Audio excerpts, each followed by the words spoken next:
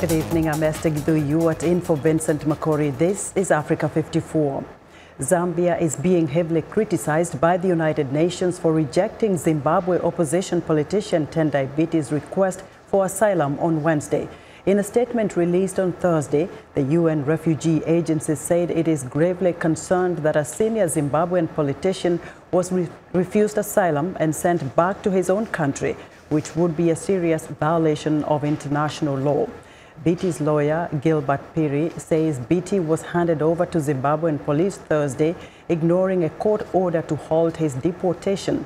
Biti is among 9 members of the Movement for Democratic Change Alliance, accused of inciting violence following last week's presidential election, which the MDC Alliance claims was rigged in favor of President Emmerson Mnangagwa.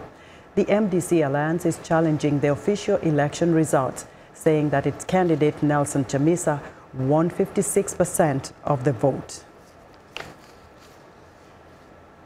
For more insight on Zimbabwe politics, I'm joined by VOA Zimbabwe reporter Jonga Kademiri.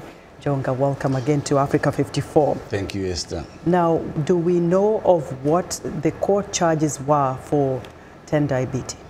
What we have heard so far, Esther, is that Tendai Biti is charged with 2 cases, one inciting violence and the second one releasing election results unofficially. And they say ZEC is the only body that should announce results, not any other person. Is he still in custody or was he released on bail? Yes, when we came here on air, there were reports that he was granted $5,000 bail and some stringent conditions like surrender his passport and title deeds to the court, report twice to the police, twice a day to the police, and continue residing at his given address. Also not to interfere with witnesses and not to address political rallies or any press conference. Wow, something that we haven't seen in Zimbabwe in a long, long time. But you just returned from Zimbabwe.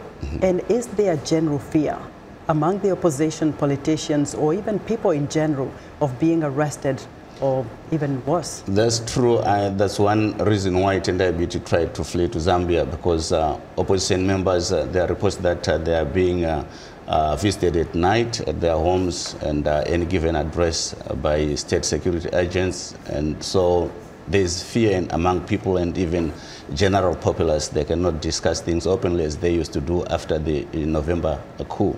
Things just took a turn after the elections yesterday. Wow, so in this case, you'll be following up on what's going on with Tendai Biti. That's true. Perhaps maybe even get an interview with him? We're trying to. As soon as he's released, then we'll talk to him. Jonga, thank you very much for talking to us. You're welcome, Esther. Thank you. Jonga Kademiri is a reporter with VOA Zimbabwe Service.